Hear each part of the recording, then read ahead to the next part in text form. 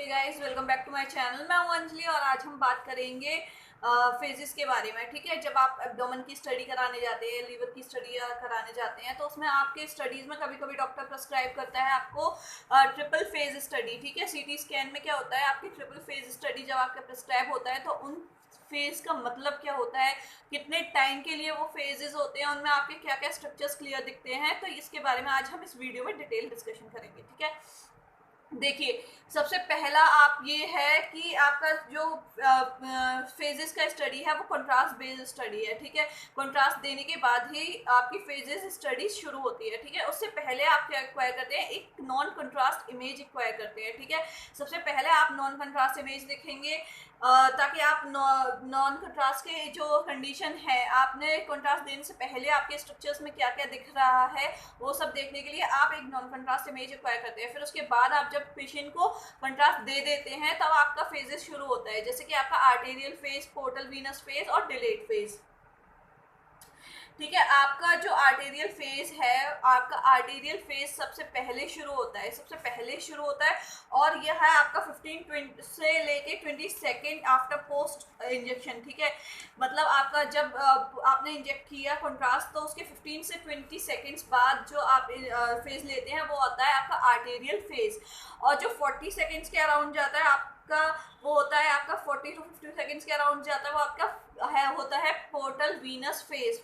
ठीक है, फिर उसके बाद जो आपका जाता है वो होता है डिलेड फेज। ठीक है, और डिलेड फेज का क्या है, 6 टू 10 मिनट्स का डिले होता है उसमें। ठीक है, तो ये मिनट्स में चला गया। ठीक, और इसीलिए जो ट्रिपल फेज स्टडी होती है वो आपका क्या होता है, उसमें थोड़ा टाइम लग जाता है पेशेंट को, क्योंकि आप इसमें अलग अलग फेजेस जब देखते हैं तो अलग अलग फेजेस क्या होते हैं, अलग अलग स्ट्रक्चर्स को शो करते हैं, और अलग अलग स्ट्रक्चर्स की जो स्टडी है उससे आप पैथोलॉजी क्लियरली देख सकते हैं, अलग अलग स्ट्रक्चर बहुत ब्राइट विजुलाइज हो सकते हैं। ठीक है, तो देखो, सबसे पहला जो आपने आर्टेरियल फेज लिया था वो किस लिए होता है। ठीक है, जब आप एरोटा और ब्रांच को देखते हैं, मतलब आपका जो सबसे पहला आर्टेरियल फेज है वो आपका शो करेगा एरोटा और उसकी ब्रांचेस को।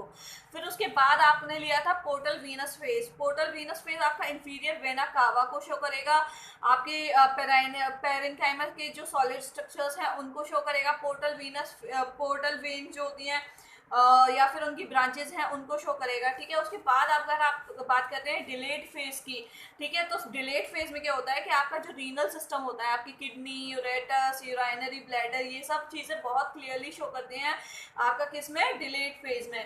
ठीक है, तो आप जब ट्रिपल फेज स्टडी कराते हैं तो आपको क्या लग जाता है, थोड़ा सा टाइम लग जाता है, लेकिन इन सबसे पहले जो इम्पोर्टेंट बात है नोट करने की वो ये है कि आप कंसेंट साइन कराएंगे पेशेंट का। आप पेशेंट को पूरी प्रोसीजर एक्सप्लेन करेंगे, उससे पूछेंगे कि उसको प्रीवियस एलर्जी तो नहीं है, उसको कोई अस्थमा का प्रॉब्लम तो नहीं है, आपको उसका कोई एलर्जी का प्रॉब्लम नहीं है, वो स्मोकिंग तो नहीं करता है, वो ड्रिंकिंग तो नहीं करता है, उसके अलावा आपको उसको पेशेंट मेडिकेशन पे तो नहीं है, उसको हाइपरटेंशन का प्रॉब्लम तो नहीं है, डायबिटिक पेशेंट तो नहीं है, ये सारे आप फैक्टर्स पहले पूछेंगे आप कंसेंट साइन कराते टाइम।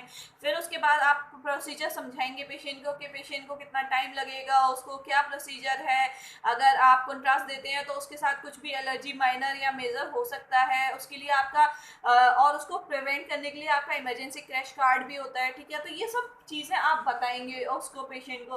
पेशेंट घबराना नहीं चाहिए, अगर पेशेंट घबरा जाएगा तो क्या होगा कि आपका प्रोसीजर, अगर वो घबरा गया और प्रोसीजर करते टाइम आपका पेशेंट क्या हो गया, मूवमेंट कर गया, तो आपको वो इमेज एक्वायर नहीं हो पाएगा उस टाइम पे। ठीक है, आपके आपके डाटा एक्विजिशन में प्रॉब्लम आएगी।